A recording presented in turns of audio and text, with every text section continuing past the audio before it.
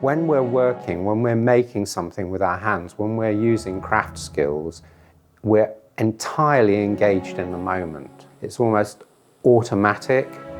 When that happens, that feeling is like the feeling that you get from dancing or surfing. It's about living and being in the moment. There's something quite interesting about jewellery. People feel that they can talk about jewellery. So I think it's really important that the jewellery's actually got some content to it. The jewellery itself starts to build its own kind of life history.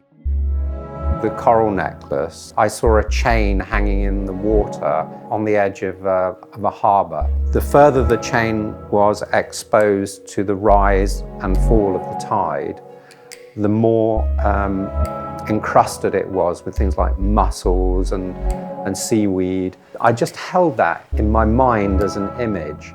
I had a sketch, but the necklace grew from the communication of explaining that vision and being able to share that with the people who were working with me in making it. On lots of Simon's pieces, there's a high level of detail that needs to be applied to the surface of the piece. We'll use it, microscope, engraving tools, and a steady hand to carve the texture into the piece. He approaches jewellery making with the mind of a sculptor. Therefore, I think he is looking for three-dimensional lyrical content in what he's doing. It's just kind of natural to his process of making. I would have started off with a plain piece of metal. That would have been marked on, sawn out, shaped, formed. Then that plain link would have been turned into a more textured link. The textured link would then be added onto further, more elements, stone settings, grains, enamel cells. For a more complex piece of jewellery like the coral, it can take up to a month to make.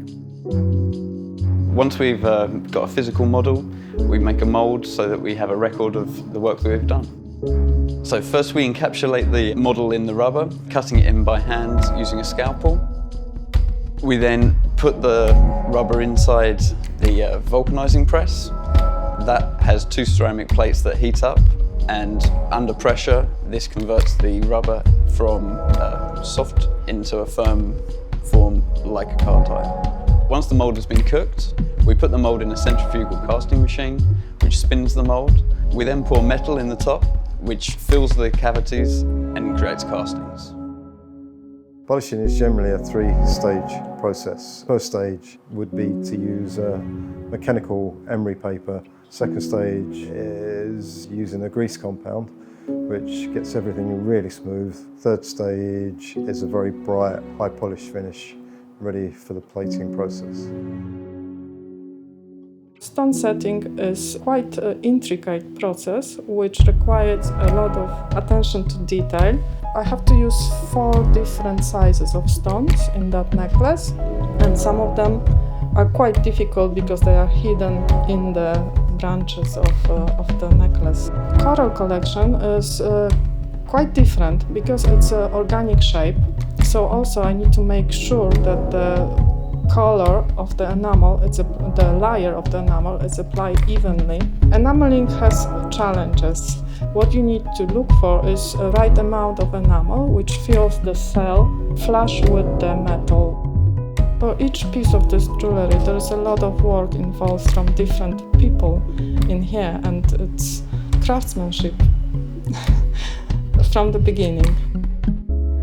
I think if jewellery manages to be a catalyst that starts a conversation between two strangers, it's done something really extraordinary. And it's that really interests me.